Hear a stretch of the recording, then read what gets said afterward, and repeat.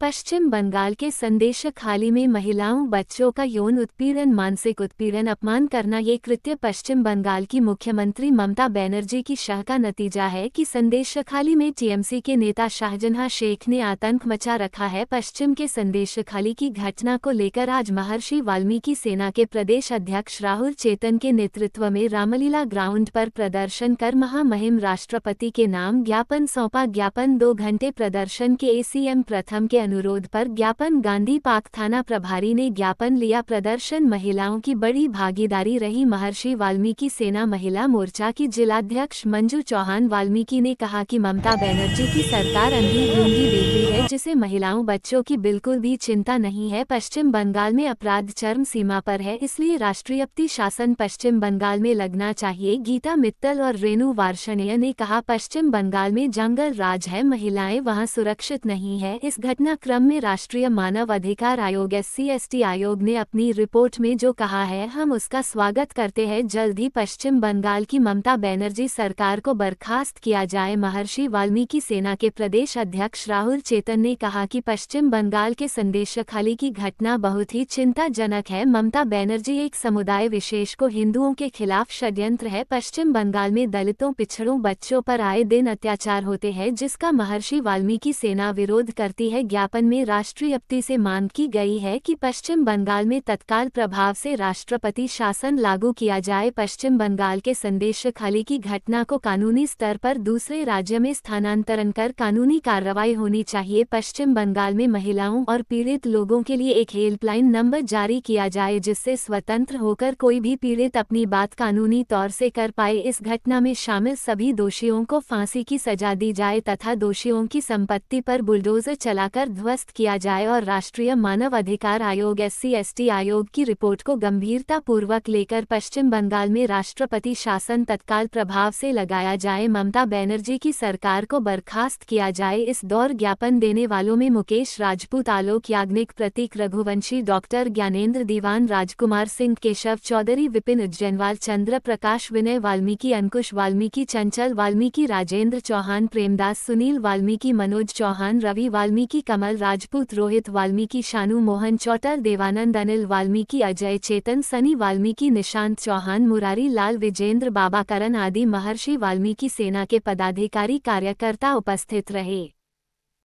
पश्चिम बंगाल में तृणमूल कांग्रेस सरकार में बहुत चरम सीमा पर वहाँ अपराध पनप रहा है।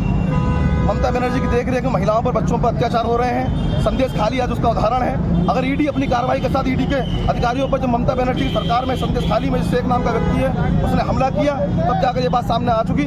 महिलाओं पर इतनी बर्बरतापूर्वक यौन उत्पीड़न अत्याचार जैसी घटनाओं को महर्षि वाल्मीकि सेना कतई बर्दाश्त नहीं करेगी। आज उस संबंध में महामहिम राष्ट्रपति जी के नाम ज्ञापन लेकर महर्षि वाल्मीकि सेना देगी जिलाधिकारी के माध्यम से। और हम मांग करते हैं कि ऐसे संदेशखाली महिलाओं के साथ बच्चों के साथ अपराध करने वाले संदेशखाली के व्यक्ति जो शेख है उसके खिलाफ फांसी का मुकदमा दर्ज हो, फांसी हो उसे, उसके खिलाफ कड़ी कानूनी कार्रवाई हो और संदेशखाली में जो ममता बनर्जी की सरकार हो तत्काल बर्खास्त किया जाए, हमारा कोई शासन लगाया जाए। ऐसी मांग लेकर महर्षि वाल्मीकि सेना आज प्रदर्शन कर रही ज्ञापन दे रही है। हमारे बीच में महर्षि वाल्मीकि सेना के तमाम पदाधिकारी भाई ज्ञानेंद्र दीवान जी उपाध्यक्ष प्रदेश के, महिला मोर्चा की प्रदेश अध्यक्ष हमारी मंजू जी, ज्ञानेंद्र चौहान जी, तमाम साथी यहाँ मौजूद हैं और ये मांग महामहिम राष्ट्रपति से करते हैं कि संदेशखाली में महिलाओं पर अत्याचार करने वाली तृणमूल कांग्रेस सरकार को तुरंत बर्खास्त किया जाए और संदेशखाली के अपराधियों को फांसी की सजा दी जाए।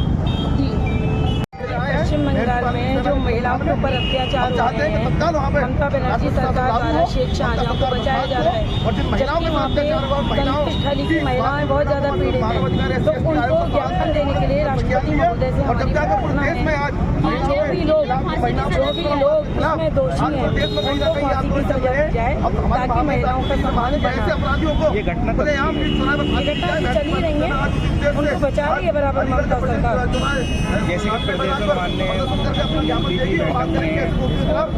सेंट्रल में उसके बाद ये बर्खास्त राष्ट्रपति के द्वारा क्यों नहीं किया जा रहा अगर इस तरीके की घटना? अब वही है ना, उनको जब बचाया जा रहा है देश स्तर पे, अब सेंट्रल गवर्नमेंट के पास आया है, अब अपने लेंगे अपने हाथ में जांच कराएंगे तो सेंट्रल गवर्नमेंट आगे तो बचना असंभव है, तब तो मिलेगी सजा। एक तरफ बेटी बचाओ बेटी पढ़ाओ का नारा दिया जा रहा है और बंगाल में इसका उलट हो रहा है, तो किस तरीके से देख पा रही हैं आप?